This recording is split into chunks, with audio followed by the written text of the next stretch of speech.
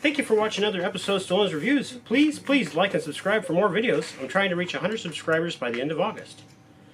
Today we have a special guest, Stolen's Reviews Jr. Say hello, SRJ. Hello. The Zoids Darkhorn model was her project, so she's going to give her review of how this project went. As parts cutter and sander, I'll have my 2 cents to share as well. We bought this from Amazon for around $50, but I don't think it's available anymore from there, but I'll put a link in the description anyway, so let's get to it. What did you like best about this model, SRJ? I definitely liked the amount of guns it has and the fact that it's basically a literal tank. I also liked seeing how it came together and how all the pieces fit together. Okay. What did you like least about this model? The front legs. It took over 30 minutes to do, and I had to make my dad do them. I remember we had to do a lot of cutting and sanding to try to get all those parts to fit together. Okay. Does this pose well, or does it fall apart?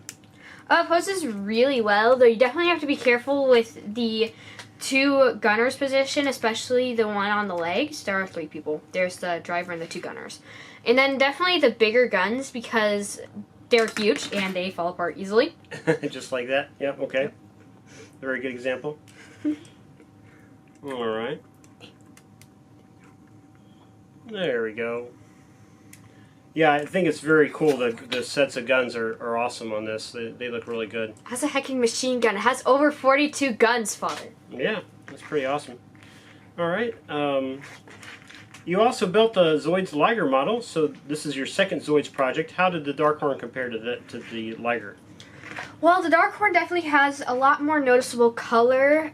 Like, the Liger was mostly brown with different other colors, but it wasn't really all that great, as well as the fact that the Liger falls apart incredibly easy. But the Liger was easier to put together than the Darkhorn, as the Darkhorn needed more super glued spots and more sanding down.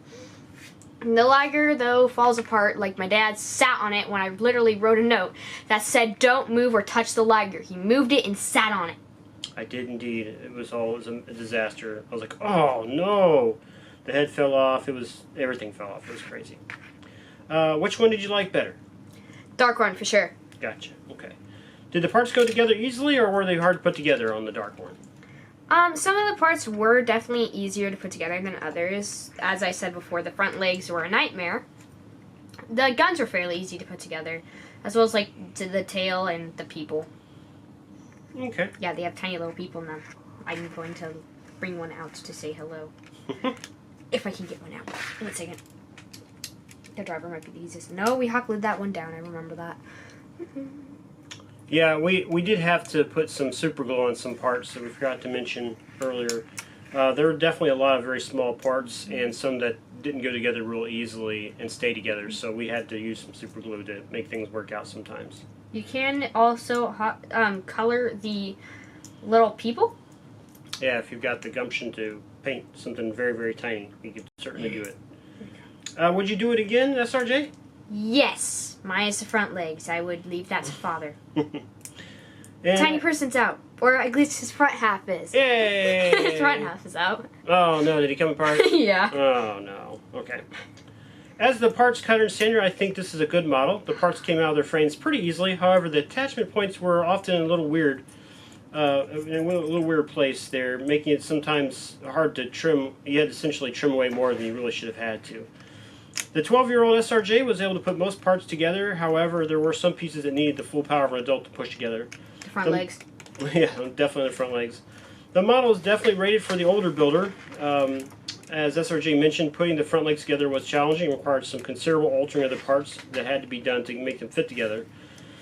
So that's what we thought about the Zoids Darkhorn project. This is definitely not a model for a first-timer, as the model had a lot of tiny pieces and directions that were complex. But we think overall it was a pretty badass build. It is my second time doing one of these. It is indeed. Did you build a Darkhorn model? What did you think? Put your comments below. Please like and subscribe to see my latest videos. Please consider supporting me on Patreon so I can review more stuff. The link is in the description.